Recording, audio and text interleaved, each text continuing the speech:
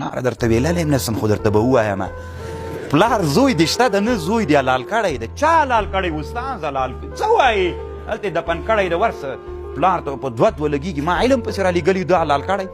یو ورځ یو مدرسې ته یو طالب راغی استاز سره یې ډېر وخت تېر کړو دی استاز ته ډېر د سیزان هغه کو چې یعنې زه خو ډېر د کمال چښتن یم ته ولې ما ته ډېره توجه نه کوې وخت پې تېر سو استاز ورته ویلې چې سړي ما ته پته لګېږي نو ته ولې ځان وینه زه ما سره کله کله اسرار شریکوه که نه ویلې سړیه ته زه چې د تا په دې باطن کې وینم بالقوه چې در کې وینم ډېر د کمال چښتن نه یې ولې مې وایي نه په تنګ یې که دا استاز ورته ویلې سیده زه یو کار کوم وی څه کار کوي وی په یو سور دې خبروم بله ورځ ته یو بل شاګرد د دې استاز په دې مدرسه کې دا شاګرد یې پټ دلته یو پسه حلال کړو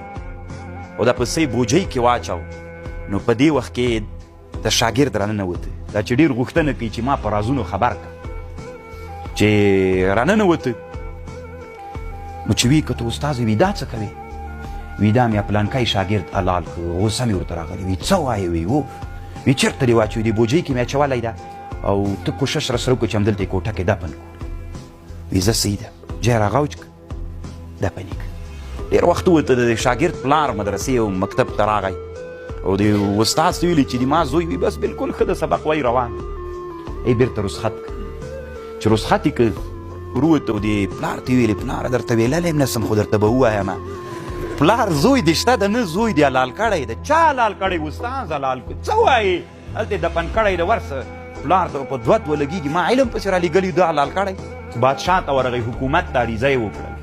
حکومت ته چې ورغی حکومت عسکر راولېږل وي چېرته یې کړی دی ولې استاز حلال دی نه که سړی کله مې حلال کړی ده سور مه یې پښه کوه که نه حلال دي که ته به ظلم کوې زه به تا ته نه وایم ښځه صحیح ده نو چې کوم جي کې ده په پلانکي جي کې چې عسکر ورغلل